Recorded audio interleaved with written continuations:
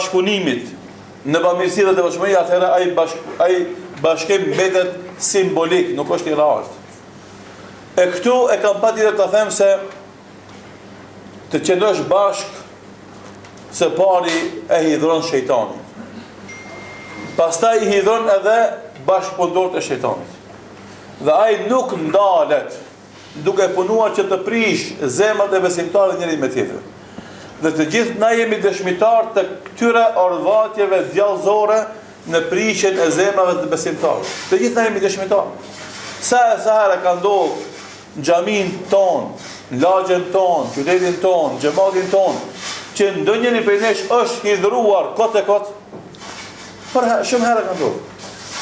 Të i tjetri, hidhrimi i ka qenë me bazë, mirë po jo për ta shpartalluar gjithë xhamatin.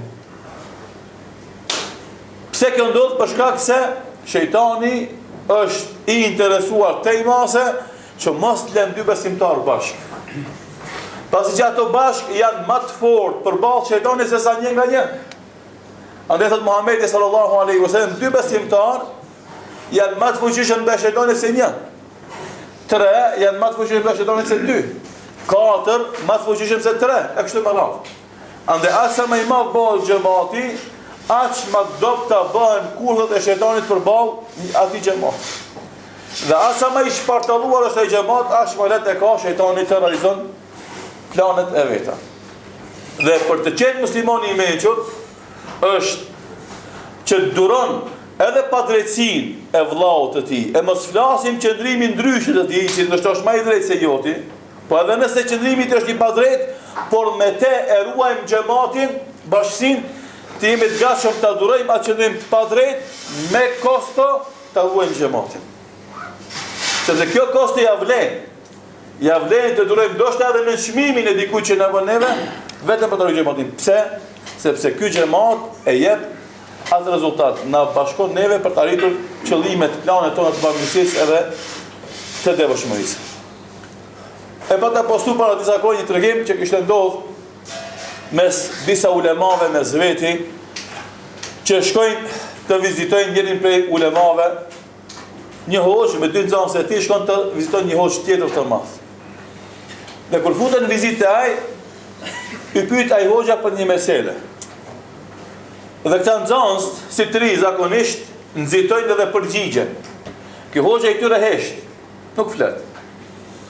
Ata nxituan e dhanë përgjigje, bënën muhabet. Pasi përfundoi muhabeti, ky hoxha i tyre mori leje të del nga mëxhisi.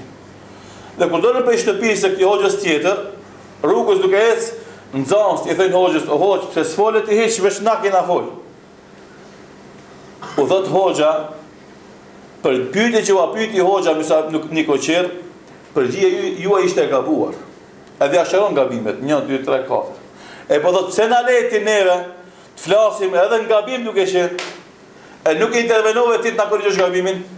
Tha, të mbetemi të dashur, sikur se hirëm është më e dashur për mua se të dalim të hidhruar pasi që hinëm të dashuruar mes vete. Se po të thoja unë gabim me keni do të hidhnohesh ti ose do ta ndishit veten si të turpnum, të nënçmum, e do të hidhnohesh me mua. E të ruaj dashurinë mes nesh është për mua më e dashur dhe më prioritare se sa të intervenoj të korrigjoj gabimin përgjigjen tuaj, e të hidhnoni ju me mua e dalim të hidhnom për të hoxha një koqe që kemi shkuna.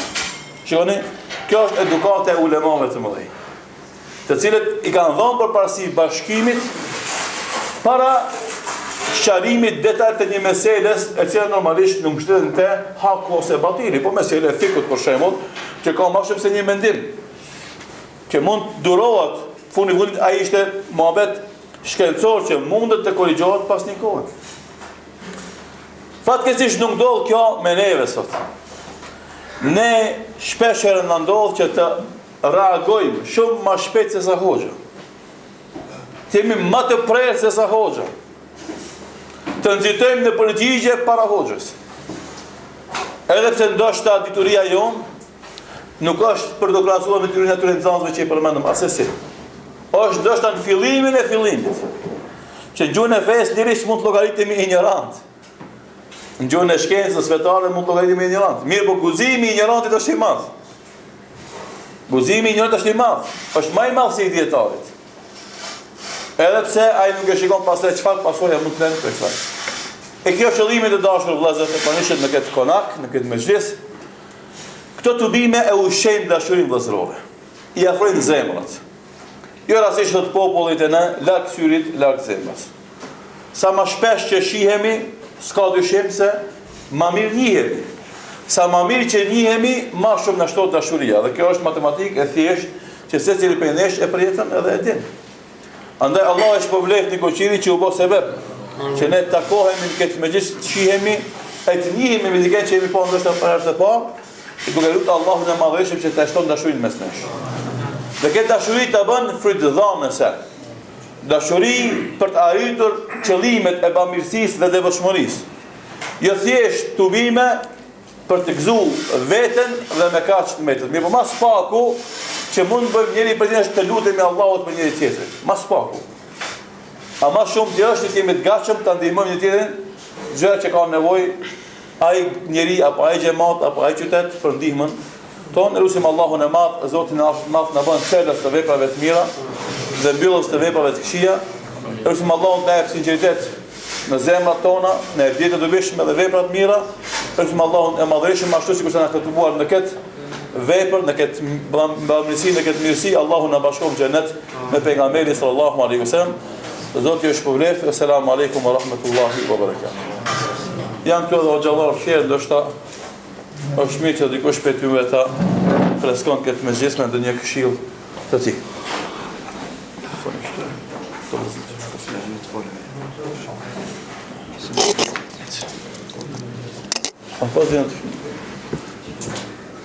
أنا قليل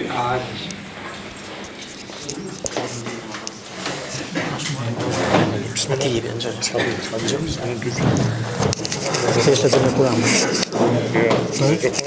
Sim? Eu. Fala no Corão. Pode ela Corão, que ela mais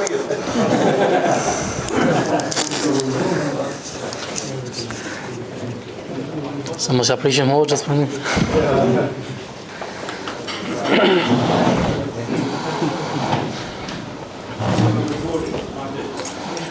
أعوذ بالله من الشيطان الرجيم لله ملك السماوات والأرض يخلق ما يشاء يهب لمن يشاء إناثا ويهب لمن يشاء الذكور أو يزوجهم ذكرانا وإناثا ويجعل من يشاء عقيما إنه عليم قدير وما كان لبشر أن يكلمه الله إلا وحيا أو من وراء حجاب أو يرسل رسولا فيوحي بإذنه ما يشاء إنه علي حكيم وكذلك أوحينا إليك روحا من أمرنا ما كنت تدري ما الكتاب ولا الإيمان ولكن جعلناه نورا نهدي